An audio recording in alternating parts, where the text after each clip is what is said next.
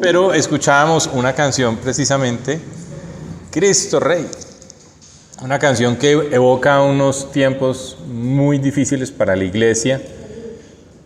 Evoca los tiempos de los cristeros. Hace un siglo, cuando en México los cristianos empiezan a ser perseguidos. Asesinan a los sacerdotes en las iglesias porque la orden era que se tenían que ir, y entonces no se iban y los mataban. Entonces la gente se alza en armas para defenderse. Es una historia muy cruel, muy llena de contradicciones, pero pues muestra cómo el pueblo de alguna manera reacciona también cuando tiene persecuciones.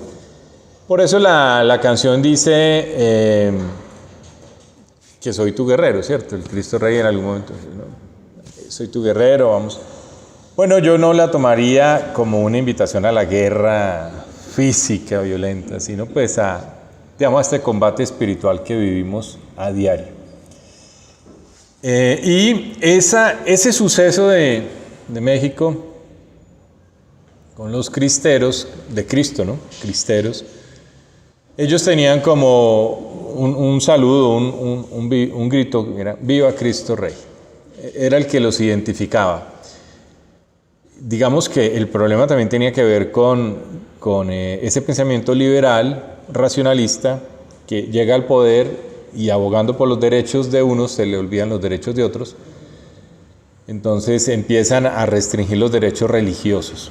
Básicamente en esa época México recibe un gobierno ateo. Pero ese suceso, más el auge del comunismo en Europa, llevan a que el Papa de la época proclame una encíclica, esta memoria mía, encíclica, instaurando la devoción a Cristo Rey. Eso sucede 20 años de iniciar la construcción del Cristo Rey de Belalcázar. Sin lugar a dudas, influyó, ¿no?, para que la decisión fuera un Cristo Rey. Aquí me acaba de compartir Alejandra unas imágenes muy bonitas de ese Cristo Rey. 6 monumentos a Cristo. 6, claro, porque es que allá nace la devoción realmente. Y el Papa realmente se inspira en... ¿qué?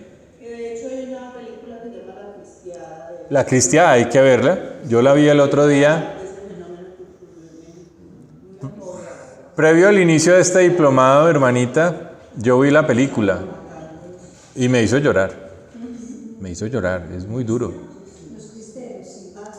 La Cristiada se llama, ¿no? La película es excelente, es larga, hay que llevar suficientes palomitas y se encuentra en YouTube. Y es una historia muy triste, pero es una historia de conversión también, de defensa de la fe, de aprender a vivir cuando hay persecución, que están en este momento en el mundo. Han surgido varias, pero bueno, el punto es que ella sirvió de inspiración, es el contexto histórico en el cual surge este monumento al Cristo Rey también, ¿no? Pero yo quiero, con esta imagen y con otra, destacar elementos muy lindos, porque este Cristo Rey que tenemos acá es un Cristo que no se pinta como lo pintan a veces, lleno de riquezas, ¿no? Porque hay imágenes de Cristo Rey, ¿no?, pinturas de Cristo Rey que está lleno de riquezas. Primero, no tiene corona, no tiene el cetro pues, que también suele tener una joya, pues. No tiene un cinturón de rey, sino que tiene un cíngulo. El cíngulo es el cordoncito con el que los sacerdotes amarran, se ciñen a la cintura cuando se han puesto el alba. Y mire que aquí le cuelga una cosita. Esto es como parte de ese cíngulo, ¿cierto? Le cuelgan estas. Bueno, había otra foto en la que se veía un poquito mejor. Bueno, ahora miremos por detrás. Miren esta capa que él utiliza. Ahí en esa capa no se aprecia lujo, se aprecia sencillez. No mal vestido, que era lo que hablábamos con Alejandra. No es un Jesús mal vestido, harapiento, no. Pero es un Jesús vestido sencillo. Bien.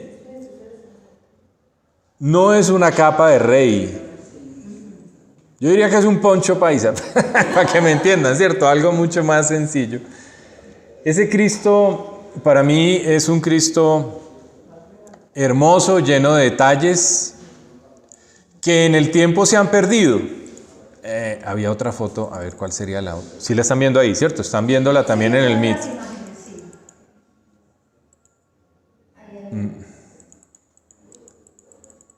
Es que había otra foto en que se veía de frente, pero ahorita ya no sé cuál es. Pero es que me toca pasar todo esto así rápido.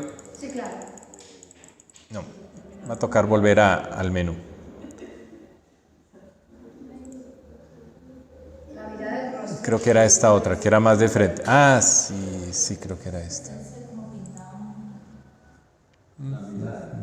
La mirada del Cristo es fuertísima. No, es que había una... bueno, de pronto esta.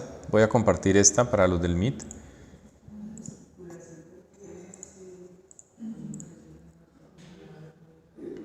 Aquí se aprecia lo que les digo del cíngulo. Aquí se aprecia, mire. Bien podría ser eso, ¿cierto? Tiene un cíngulo ceñido. Bueno, si alguien encuentra otra interpretación me la dice. Pero yo pienso que ese cinturón de rey que él tiene precisamente está inspirado enseguida de la última cena, cuando el lavatorio de los pies, ¿no? Se ciñó la toalla y se arrodilló ante sus discípulos y les lavó los pies. Ese es el reinado de él, es el reinado del servicio, el reinado del amor. Entonces, esta imagen está llena de detalles maravillosos que uno de pronto pues pasa desapercibidos. Esta es una imagen absolutamente cristocéntrica, pues obviamente es de Cristo, pero con eso lo que más que cristocéntrico, la palabra es eucarística. Es un monumento profundamente eucarístico. No solamente porque es Jesús el que aparece allí, sino por todo lo que el monumento configura. Vuelvo a esta imagen inicial. Todo lo que él configura. ¿Por qué comento esto? Tratando como de conectar también con lo de patrimonio de la vez pasada. Y es que en los distintos santuarios en los que nosotros estamos, tenemos que poder fijarnos más allá, en más cosas de las que tal vez nosotros vemos. ¿Me confirman si está compartiendo esa imagen en el Meet? Sí, bueno, perfecto. Mire, ese es el balcón del Cristo Rey. Ese balcón tiene unos adornos muy particulares que uno pasa desapercibido. Podrían ser simples figuras, pero realmente son figuras que están representando algo. Y lo mismo puede ser en cualquiera de sus santuarios, por eso lo pongo. El Cristo Rey no tiene vitrales, pero seguramente los santuarios de los hermanitos que están en el Meet sí tienen vitrales. ¿Qué significa el vitral? ¿Cómo está compuesto? ¿Qué simbología tiene? La iglesia es muy dada a la simbología, le gusta mucho. Entonces uno se tiene que preguntar qué encuentra en ella. Mire, por ejemplo, si usted empieza una técnica simplemente es empezar a ponerle color a esos elementos que encuentra, en este caso en el balcón, a ver qué va encontrando. Este es el balcón. Esto no. Este es el balcón. Y vamos a reconocer este signo. A ver qué hay aquí. ¿Sí? Con esa técnica, simplemente de colorearlo. Y lo que vamos a encontrar son 4 figuras realmente. Hay 2 que están integradas allí. Todas tienen que ver con la simbología que es propia del Cristo Rey. Entonces, por ejemplo, encontramos primero un círculo en color amarillo. Ese círculo representa el sol o la Eucaristía, que son 2 elementos que arquitectónicamente Carlos Arturo ha ido identificando como una constante en la arquitectura del monumento. El elemento del sol, lo que pasa es que tendría que adelantarme a una cantidad de cosas, y eso sería hacerles spoiler, ¿no? De esa charla por allá en octubre. Pero bastaría con revisar la base del monumento y se van a dar cuenta que se configura una estrella de 8 puntas. Una estrella que puede tener mucho significado, la estrella de Belén, o puede ser un sol, que al final es una estrella, ¿cierto? Uno de los turistas manifestaba en una visita que qué bueno fuera que Cristo tuviera color. O sea, Ajá. que precisamente porque no lo tiene. Dice la hermanita, como no no teníamos el micrófono, que sería muy bueno que el Cristo tuviera color. Lo manifiesta un turista, para poder comprender toda esa simbología. Entonces, también el Cristo tiene al interior de la capilla, se nota que tiene una forma redonda, las paredes son redondeadas, pero bueno, tendría que mostrarles el plano. El hecho es que es profundamente eucarístico. Y eso lo vamos a ir viendo más adelante, eso es como para dejarlo aquí como antojados. En verde encontramos una cruz de 8 puntas, que tiene que ver con lo que les estaba mencionando. Es una estrella o puede ser una cruz de 8 puntas. Y la cruz de 8 puntas es la cruz bautismal. Y eso ya tiene un significado espiritual muy especial. Es la cruz bautismal. También puede ser la cruz de Malta. También está esa posibilidad. Que tiene un elemento importante también como misionero para los que... La orden de Malta precisamente, ¿no? Que es una orden religiosa. Pero bueno, esa cruz de 8 puntas o cruz bautismal es también llamada la cruz de las bienaventuranzas. Hay quienes afirman teológicamente que las bienaventuranzas equivalen de alguna manera a los nuevos mandamientos. Es una nueva forma de expresar los mandamientos. Pues de una manera muy bonita que la hace Jesús en el Evangelio de Mateo. Entonces, simplemente, si usted quiere profundizar en esto, pues averigüe qué es la cruz bautismal y averigüe qué es la cruz de las bienaventuranzas y va a encontrar unos significados teológicos muy especiales. En el eje horizontal de la cruz, que aparece aquí en verde, este eje horizontal, usted se va a dar cuenta que aparecen 2 flechas, señalan el oriente y el occidente. El inicio y el fin del día es un significado pascual. El paso, pues, ¿no? De una nueva vida, ese momento cíclico. Aunque usted puede encontrar más elementos porque pues, los significados de los puntos cardinales están presentes en muchos pasajes de la Biblia, ¿no?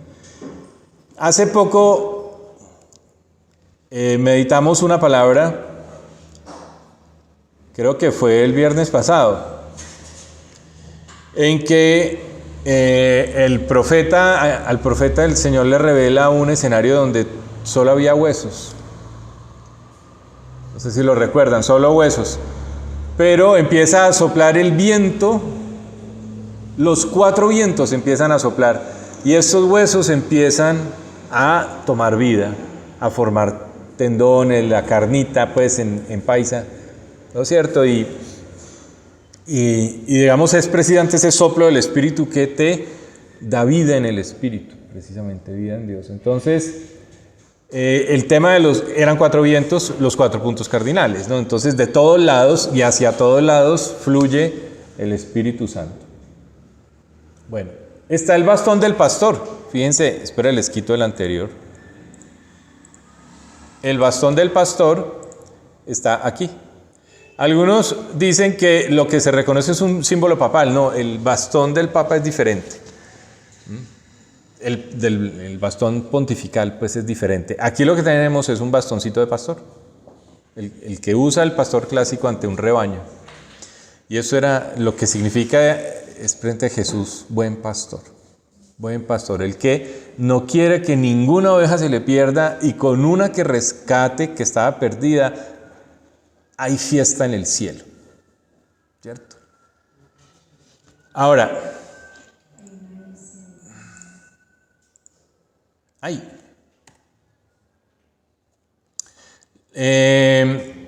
la H, yo me quedé pensando en esa figura y bueno, empecé a buscar y encontré que es la letra eta en el alfabeto griego.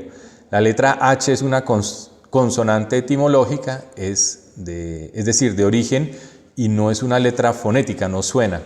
El origen de la letra H proviene del ideograma griego HE, el cual deriva de la palabra ilul, seguramente está mal pronunciado, que significa adorar, festejar, venerar.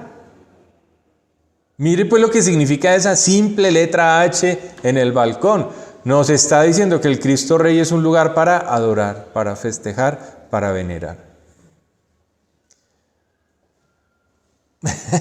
Hasta ahí llegué.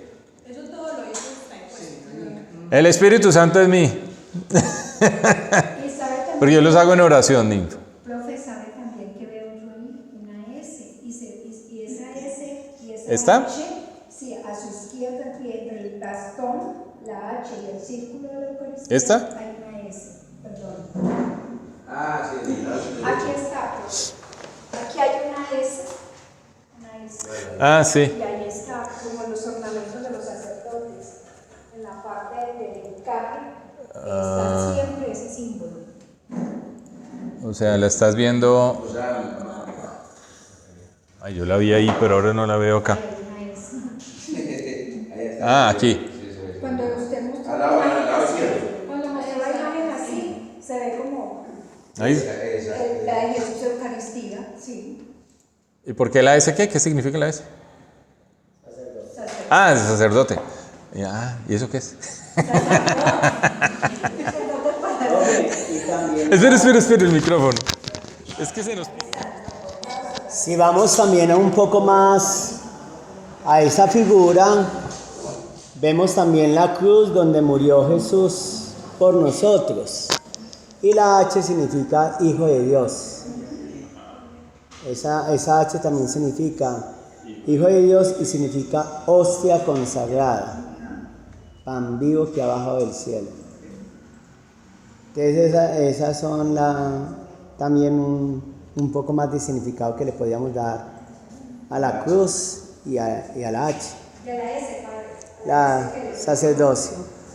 Esa S significa Sería como sacerdocio. sacerdote para siempre, allí en ese escrito que hay. El monumento, al igual pues que a través de la historia existieron muchos ingenieros, creadores, arquitectos, que pues cierto, tantas cosas que hicieron, ¿sí? Entonces uno le queda ahí porque pues nosotros, a pesar de vivir, haber nacido, criados y amañados en Belalcázar, no habíamos podido como mirar el contexto de lo que estamos mirando en este momento. Cabría pensar pues y descuidar un poquito más, escudriñar, averiguar, investigar quién fue el que hizo esto, a razón de que así me entiende todo eso tan bonito que nosotros no hemos caído en cuenta, ¿cierto? Porque uno solamente mira el rostro y dentro de pronto las personas que se han preparado para hablar sobre el monumento, cómo fue, cuántas escalas tiene, qué municipios se ven, todo eso, como ya complementarlo con esta información. Entonces sería como bueno también saber quién fue el que hizo eso y a razón de qué, ¿cierto? Eso debe tener un significado. El monumento es hecho por un arquitecto, pero hay un escultor. Y ese escultor es como uno de los grandes olvidados, murió hace poco. No se sabe mayor cosa de él, es lo que entiendo, Danilo. No se sabe mayor cosa de él, ¿cierto? Del escultor. Maestro Palomino. Y esta es la imagen del Maestro Palomino. Y yo le digo, este escultor tenía que tener una fe muy viva, porque vamos a ir descubriendo todo lo que ese Cristo tiene a nivel de simbología. Y hay un arquitecto que hace posible que una escultura de esa magnitud llegue a tener, pues sea sólida y perdure en el tiempo. Lleva 70 años. Realmente la escultura tiene algunas afectaciones estructurales, pero está enterito. Eso no se va a caer ni nada como dicen algunos. No se va a caer ni nada, está enterito el monumento. Y ese era el escultor precisamente que lo diseñó. Y ahí pondría entonces otra imagen que va a aparecer. ¿Se está viendo esta imagen, cierto, Mariana? El rostro. No, en el Meet. La imagen del... Listo. Es que si nosotros tuviéramos la posibilidad de subir, qué sé yo, en un ascensor y quedar frente a frente a la cara de Jesús, veríamos esta imagen. Y yo creo que sería muy conmovedora, ¿cierto? Porque es una imagen perfecta. Mire que él sí puso orificios en la nariz, pero no puso orificios en los ojos. Si hubiera puesto orificios en los ojos, hubiera quedado pavoroso. Sí, como esos muñecos que le venden a uno, que es terrible, ¿cierto? Pero aquí le puso unos ojos claramente delineados, le puso cejas, hasta nariz respingada. ¿Sí? O sea, hasta eso, para hacerlo más humano. ¿Cierto? Entonces, realmente, bueno, ¿por qué muestro esto? Porque tenemos que dejarnos tocar con lo que estructuralmente está construido. La otra perspectiva en la que se aprecia es así. ¿Se está viendo esta imagen en el MIT? Esta es la forma en que realmente uno lo puede apreciar, desde abajo hacia la nariz. Bueno, es una perspectiva un poco chistosa porque uno ve la nariz como muy acentuada, pero después de contemplarlo un rato quieto, en silencio, con la cabeza hacia arriba y en oración, uno siente algo especial allí. Uno lo siente. Y si en ese momento abre la palabra y se deja tocar por un pasaje bíblico, el Señor le va a hablar. O sea, esa es la espiritualidad que uno puede encontrar en un Cristo Rey. Y bueno, haremos un ejercicio así algún día. Nos va a tocar hacer una sesión en campo ahí con el perdón de los compañeritos del MIT. Pero vamos a tener que tener una sesión en campo para sentir al Cristo Rey en su espiritualidad y no como simple mole de cemento. Sí, mal pintadita, maltrecha como está la iglesia, que falta que nos movamos, nos unamos en torno a ella. ¿Cierto?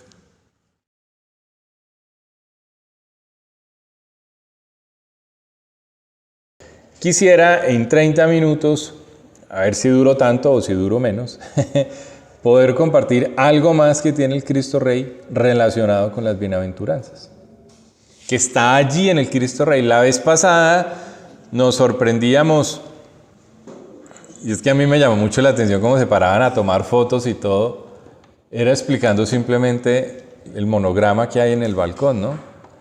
Y tomaban la foto y me grabaron en video y todo el cuento. Me llamó mucho la atención. Yo decía, ¿por qué? Si no estoy diciendo nada raro. Tampoco conocemos del Cristo Rey, ¿cierto? Del monumento. Es posible. ¿Y por qué? En el tiempo se perdió. ¿Y por qué se perdió? La gente se le volvió paisaje el Cristo Rey.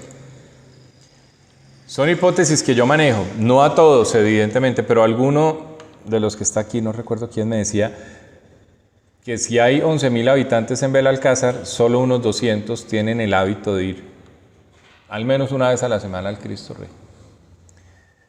Y entonces, ¿dónde están los 10.800 restantes frente a su monumento? Y lo mismo nos tendríamos que preguntar para los otros santuarios. ¿Cuántos de nuestra población realmente van allá? ¿Cuántos viven sus manifestaciones religiosas en este lugar? Pero lo que quiero es que traten de observar un poco la configuración de la base del edificio del Cristo Rey. Él tiene 4 pisos, sobre eso iremos hablando también porque esos 4 pisos tienen varios significados, pero bueno, eso será en otra sesión. Hoy nos vamos a concentrar en la base, en lo que se llama el plano de fundación del Cristo Rey, que es un monumento que tiene...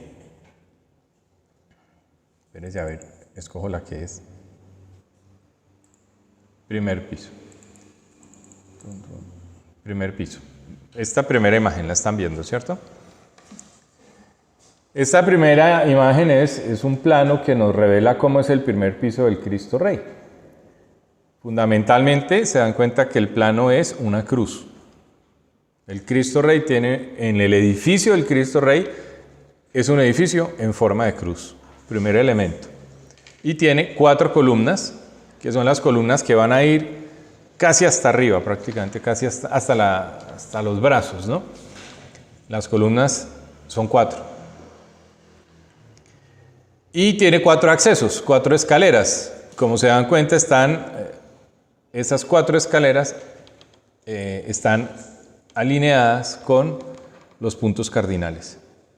Esta es la que mira hacia el norte. Aquí está la que mira hacia el sur, al oriente, al este u oriente y al oeste u occidente.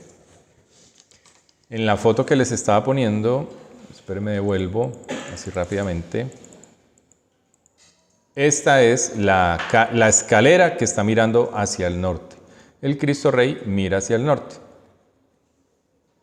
Bueno, y en esa búsqueda de los puntos cardinales con las escaleras, pues encontramos, ¿qué se me hizo? La del primer piso, aquí está. Encontramos pues la cruz como se va formando. Es simpático el tema de la alineación con los puntos cardinales. En estos días, hace como 15 días, estábamos meditando una lectura del Antiguo Testamento.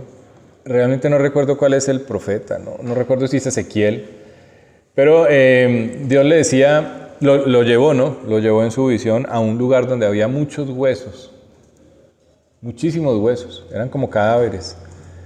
Y empezó a mostrarle el Señor cómo cuando Él soplaba con el Espíritu, empezaban a recuperarse, empezaban a volver a tener carne, a recuperar los tendones y a volver a tener vida. Esos esqueletos que eran, eran huesos secos, pero ahí vuelven a cobrar vida, todos los tejidos. ¿Por qué? Por la gracia del Espíritu Santo que los va tocando. Y decía, y ese espíritu viene como viento de los 4 costados. Fíjese que las escaleras estarían haciendo alusión a ese pasaje, ¿no? Los 4 vientos. El Espíritu Santo que viene de todos lados. Cuando él está con Nicodemo, cuando Nicodemo se le aproxima, Jesús está con Nicodemo y se le aproxima una noche, como a escondidas, y Jesús le dice que él tiene que volver a nacer, y Nicodemo no entiende qué es eso de volver a nacer. Pues Jesús le está diciendo, de alguna manera lo que le está diciendo es el bautizo, a través del bautizo. Y en ese diálogo hablan del Espíritu Santo, y Jesús le dice, el Espíritu Santo sopla en cualquier dirección. No sabemos de dónde viene y hacia dónde va, pero Él sopla y nos toca, nos interpela. Nos vamos a dar en cuenta entonces que, como un primer elemento muy importante de este monumento, es que está alineado con esos 4 puntos cardinales para que soplen los 4 vientos, los vientos del Espíritu Santo. Quien llegue allí pues va a tener la oportunidad de que sus huesos secos cobren vida nuevamente, gracias a la obra del Espíritu Santo. Si se deja tocar por lo que el monumento le va a ir revelando espiritualmente. Hoy tenemos una zona cerrada. Originalmente aquí donde estoy señalando está en este momento, en la actualidad, y no sé desde hace cuánto, la imagen del Señor caído y la pintura de Jesús en el huerto. Se cerró este acceso. Originalmente el Cristo Rey tenía acceso por sus 4 costados. Entonces se creó aquí un altarcito donde siempre está el Señor caído y la imagen de Jesús en el huerto. Las otras sí se mantienen, ¿cierto? Bueno, y estos otros huequitos son bodeguitas, espacios chiquitos que tiene el Cristo Rey debajo de las escaleras, que también fueron cerrados, ¿no? El Cristo tocó ponerle puertas hace unos años, pues porque se metía gente a hacer cosas que no debía. Entonces tocó pues ponerle algunos límites. Antes era de libre y total circulación sin puertas, pero bueno, hoy día sí. ¿A qué voy con este elemento? ¿Yo a quién estoy siguiendo con esto? A la alcaldesa que contrató a Carlos Arturo para hacer un levantamiento de los planos. Carlos Arturo nos acompañó presencialmente, entiendo que ahora está yendo virtualmente. La alcaldesa actual, que se llama Carmenza, Gloria Carmenza, sí, alcancé a decir Carmenza, es que no sé por qué no se me queda el nombre. Gloria Carmenza es una persona muy sensible al Cristo Rey, entonces ha tratado de recuperar estos elementos, y en esta recuperación de elementos, por lo menos desde su plano de fundación, empieza uno a encontrar esto. Yo soy el que le va añadiendo las reflexiones espirituales, digamos, la mirada espiritual, relacionando con lo que Carlos Arturo va encontrando, que él es topógrafo. Pero fíjense que hay varios elementos que uno empieza a analizar. Primero, 4 escaleras alineadas con los puntos cardinales, el tema de los 4 vientos, que es desde donde sopla el Espíritu Santo. 4 columnas, ¿cuáles son los pilares? En nuestra Sagrada Escritura, en la Nueva Alianza, los pilares son 4 evangelistas. La Nueva Alianza, la Antigua Alianza es el Antiguo Testamento, Pero la nueva alianza está basada en 4 evangelios.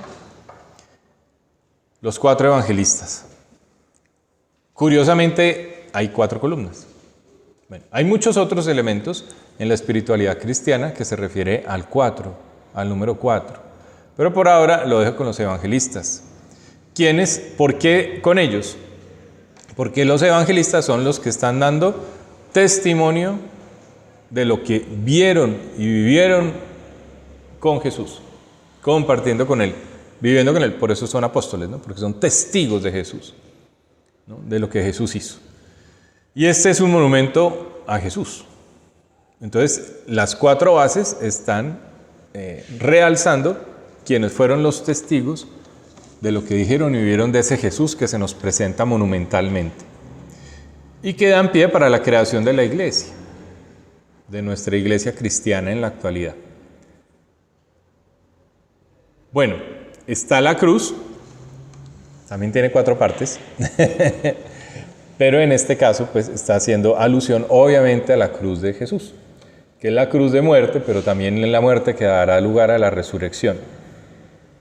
Pero hay un detalle muy interesante que yo quiero que ustedes lo tengan presente, que es el piso circular.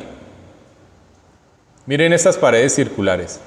Hoy debajo de esta está la cripta. Entonces, no se nota tanto lo circular, pero ahí está. Este muro circular, este muro circular. Y están todos perfectamente alineados porque forman un círculo. Y aquí aparece en esta imagen del primer piso que ya recoge esos elementos. Si vemos, se forma un gran círculo, que es una hostia, ¿cierto? La Eucaristía. El templo, la capilla del primer piso y todo el monumento hasta el 4.º piso van a tener esa... Ah, bueno, no todo el monumento, perdón, la capilla... el primero y el segundo... El primer piso de la capilla, el segundo y el tercero, creo. Bueno, ahorita no recuerdo bien si todos los pisos tienen la forma circular. El último no. El 4.º piso ya no, porque son las escaleras que suben a la azotea. Pero el tercero, y bueno, ahorita podríamos mirar los otros pisos en el plano. Sí, de alguna manera, el segundo piso también lo tiene. Aquí se ve la parte curva. Solamente que ya los muros no le dan la forma completa. Ese es el maestro Palomino, el que lo fundó. Y primer piso, tercer piso. El tercer piso también conserva los muros circulares, como lo ven, pero ya no se forma tanto. La Eucaristía como tal se forma es en el primer piso. Y está perfectamente hecha. Vayan al Cristo y miren la capilla nuevamente, porque hay que volver a mirarla. Hay que resignificarla y entender que cuando estamos en el centro de la capilla, estamos en la mitad de una hostia, ¿cierto? De la Eucaristía. Y la Eucaristía es el corazón de Jesús.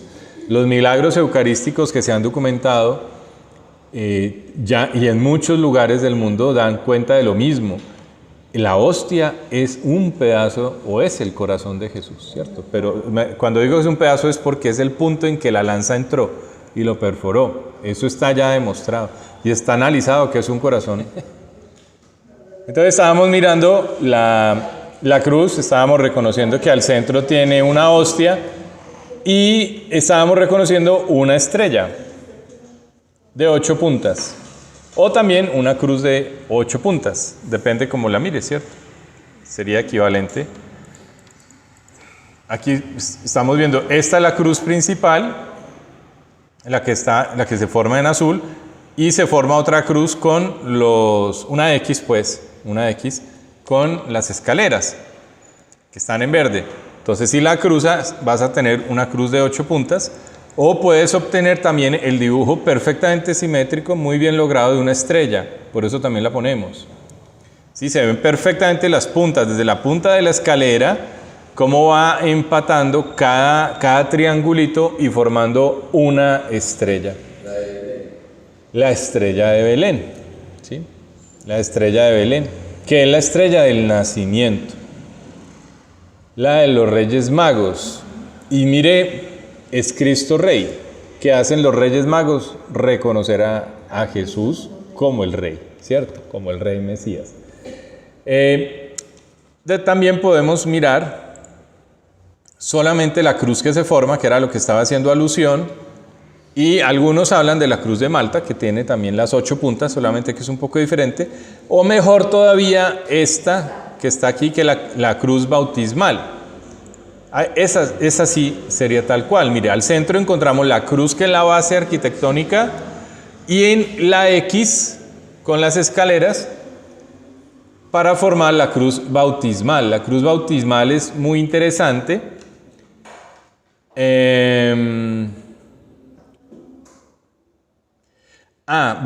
Bueno, la cruz bautismal, ahorita hago el otro cuento. Es una cruz griega que se funde con la X, primera letra de la palabra Cristo en griego. La X, cuando se escribe en griego, la palabra Cristo empieza por X. Y está la cruz de la cruz. Y se forma una cruz de 8 brazos que tiene un significado bautismal en nuestra iglesia. Simboliza la regeneración, y el bautizo es la regeneración a la vida nueva en Jesucristo. Ese es muy interesante, porque precisamente lo que nosotros tenemos no es un Cristo crucificado, es un Cristo resucitado, ¿no? ¿Y cómo nacemos a ese Cristo resucitado? Por el bautizo. Exacto, bautizados de nuevo en la fe. Mire cómo empezamos a tener cositas que decirle a la gente que llega al monumento. Pedíamos eso, ¿no? Ese bautizo, una vida nueva, no más violencia, vivamos en paz. Mire, si seguía uno por la cruz de Malta, que esa fue la imagen que yo encontré como más reiterativamente, es interesante por algo. Puede que no sea la imagen que más se asocia a lo que estamos viendo en el Cristo, pero dice que la cruz de Malta, también conocida como cruz de San Juan, es de 8 puntas. Es un símbolo utilizado desde el siglo XII como insignia o venerada por los caballeros hospitalarios de la Orden de San Juan de Jerusalén.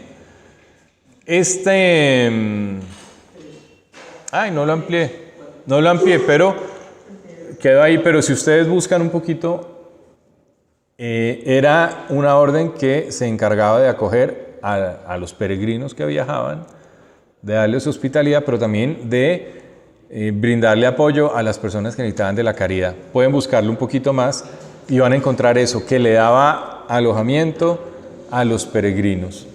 Entonces esa cruz tiene un significado especial en un Cristo Rey que trae peregrinos. Una cruz, y está también el cuarto significado, que es una cruz de 8 puntas, es la cruz de las bienaventuranzas. Y ahí conecta con lo que yo hablaba. Bueno, no son las bienaventuranzas de San Juan, que son presentadas de manera diferente, son las bienaventuranzas de Mateo. Las bienaventuranzas de Mateo sí son 8. Y son bienaventurados los pobres, porque ellos es el reino de los cielos. Bienaventurados los mansos, porque ellos poseerán herencia en la tierra. 3. Bienaventurados los que lloran, porque ellos serán consolados. 4. Bienaventurados los que tienen hambre y sed de justicia. 5. Bienaventurados los misericordiosos, porque ellos alcanzarán misericordia. 6. Bienaventurados los limpios de corazón, porque ellos serán llamados hijos de Dios. 7. Bienaventurados los perseguidos por causa de la justicia, porque de ellos es el reino de los cielos. Y 8. Bienaventurados seréis cuando os injurien y os persigan, y cuando por mi causa os acusen en falso de toda clase de males. Las 8 bienaventuranzas, que muestran la realidad de lo que espera Jesús para la iglesia hoy día. Algunos dicen que Jesús, con las 8 bienaventuranzas, resignificó los mandamientos. No, digamos, uno sigue teniendo presente en su vida los mandamientos de la ley de Moisés, pero si uno mira las bienaventuranzas, hay una relectura allí muy interesante, porque es una nueva forma de ver la espiritualidad cristiana. De todas maneras, es el llamado a vivir la vida conforme a lo que Jesús nos pide, ¿no? Y también reconoce que seremos perseguidos, como está sucediendo en este tiempo. ¿Pero por qué? Porque damos testimonio de Él.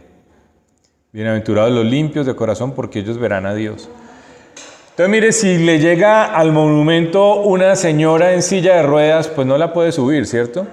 Este monumento no tiene escalones ni rampas sofisticadas para subir a alguien que incluso le duela las rodillas, como mínimo. Ahí ya tenemos un problema.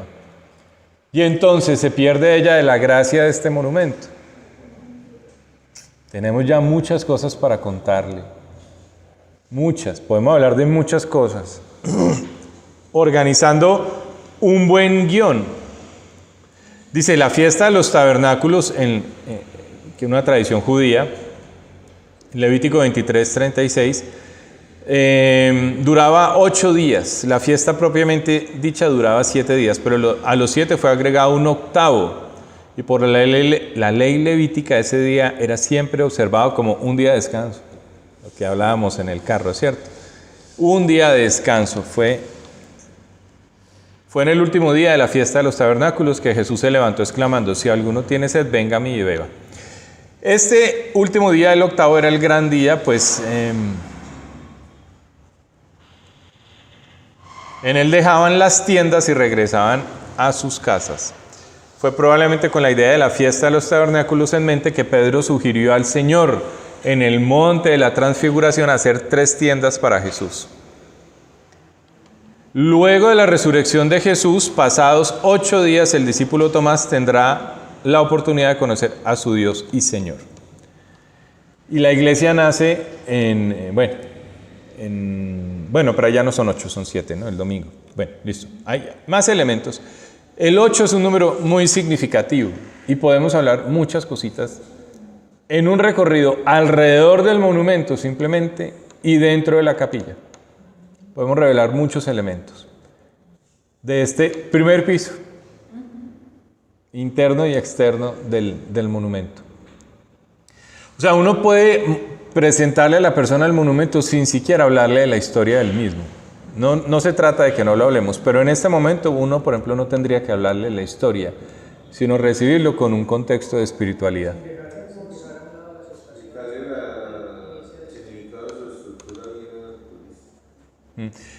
Mencionas, Luisa, ¿fue qué? Luisa, nos mencionas el Via Crucis. Estás hablando del Via Crucis. Bueno, pero también está el Señor Caído. Pero mira que esas ya son devociones que tú puedes. Pero están inmersas, o sea, están dentro. Claro. No está aparte, o sea, no está siempre está. Está en el camino. Claro. Ha estado siempre unido, o sea, desde que se construyó siempre, o sea, está Claro. ahí, no. Porque tú entras haciendo el Via Crucis. Es la entrada principal.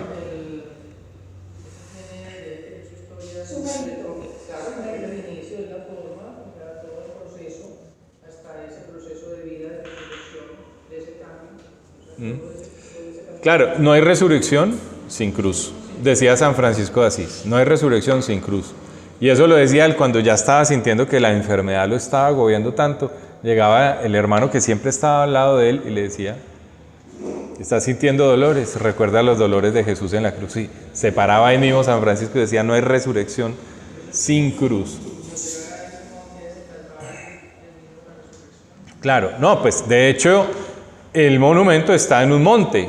Y montes es lo que tenemos en nuestras escrituras, montes sagrados. Siempre en el Antiguo Testamento el Señor se manifestaba en los montes. Y de muchas maneras, uno podría hacer, yo alguna vez hice la revisión de todos esos versículos del monte, porque me llama mucho la atención, porque realmente el monte es el lugar de oración. Jesús, antes de escoger a sus discípulos, pasó, y ese fue el evangelio de ayer. ¿Fue el de ayer? Sí, el de hoy de las bienaventuranzas. Entonces, el de ayer él dice, se fue toda la noche, pasó toda la noche en oración, y bajó y nombró a sus discípulos, a cada uno por su nombre. Y después se dedicó a sanar gente. O sea, la obra del Señor siempre está precedida de momentos de oración muy especial, y para eso eran los montes. Bueno, en el Cristo tenemos la imagen del cuadro grande de Jesús en el Monte de los Olivos, ¿no? después de la última cena. Entonces, hasta aquí ahorita. Ahí se los dejo.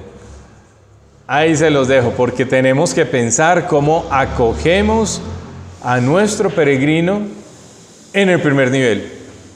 Y son 10. O sea, voy a hablar así 10 veces. Yo le doy muchas gracias a Carlos Arturo, no lo puedo blanquear, lástima que no esté por aquí. Él es topógrafo, creo que está viajando. Entonces, si está aquí, si está en el pueblo. Y no está aquí. Bueno, vamos a jalarle las orejas. Vamos a jalarle las orejas. Sí, bueno, un poco estas cosas son las que compartiremos ya de viva voz de él y demás en un evento grande para todo el pueblo. Pero por lo menos nosotros lo vamos mirando, lo vamos reflexionando con más calma. Y queda la tarea, ¿cierto? ¿Qué más cosas podemos decir de 8? Bueno, hay un elemento también, es que así como están viendo la imagen, a mí me gustaría que pudieran imaginarse una custodia. La custodia, ¿no? Esos rayos de luz que hay alrededor de la custodia. Uno bien podría pensar que es el sol, ¿cierto? O es la fuerza, digamos, del Espíritu del Señor. Es que el monumento tiene una relación con el sol también importante. En una remodelación se perdió eso. Y es que desde la cabeza hasta abajo entraba al mediodía el haz de luz del sol. Exacto.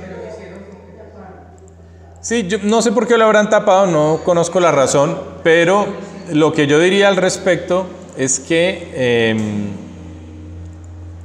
digamos, lo bonito desde el punto de vista espiritual es la conexión que hay con la creación, ¿no? La creación en conexión con su creador, que hoy día, gracias a la encíclica del Papa de Laudato Si, tenemos algo interesante, y es esa mirada de la creación resignificada espiritualmente y como proyección de la caridad humana también. Mire esta imagen, IHS, es un sol. En el balcón recordarán que habíamos visto la H junto con una cruz, y aquí está la I y la S que significan Jesús. La I, si no me equivoco, está en griego. En griego la I es I. Ya cuando lo traducimos al latín es la J, al español. Y S es de Salvador. Y la H es de Hijo. IHS, lo que veíamos en el balcón. Estos son los clavos. Pero bueno, ese sí no creo que esté en el balcón del monumento. Pero sí está ese sol también alrededor. La figura del sol está muy presente en el balcón. IHS. Pero hay otras imágenes. Aquí aparece propiamente en la Eucaristía. Mira, este es el escudo papal que tú mencionabas. U otro, ¿cierto? Ahí está la imagen del Papa. Como se nos cayó eso da para IHS, mira la hostia, siempre tiene el monograma IHS, ¿cierto? Uno podría aventurarse a decir aquí bobadas. Qué lindo sería poder algún día remodelar el piso de la capilla y poder recuperar la hostia allí, ¿cierto? Y tenerla inspirada en la hostia como tal, ¿cierto? Claro, es que de eso se trata. Ahí es cuando empezamos a hablar de evangelizar. ¿Cuántas personas llegan y no tienen conocimiento de lo que es la Eucaristía, ¿cierto? Son católicos porque los bautizamos desde niños, pero no hubo un crecimiento espiritual. Entonces, qué bonito sería si verdaderamente pudiéramos hacer la Eucaristía. Entonces, bueno, ahí les dejo esa inquietud. ¿Por qué? Porque poco a poco vamos dando los tipsitos para poder empezar a hacer nuestros guiones de actividades. Pero las actividades nuestras, ¿qué van a hacer? Son actividades de evangelización en el Cristo Rey. O bueno, compañeritos allá en la sala MIT, en el santuario que ustedes tengan. ¿Qué más hay allí, cierto? ¿Qué más tenemos para contar? Aquí estamos hablando de la estructura del Cristo Rey, pero de pronto su santuario tiene unos vitrales muy especiales. Resulta que la Iglesia Católica evangelizaba con las imágenes. Y los protestantes decían que adorábamos imágenes.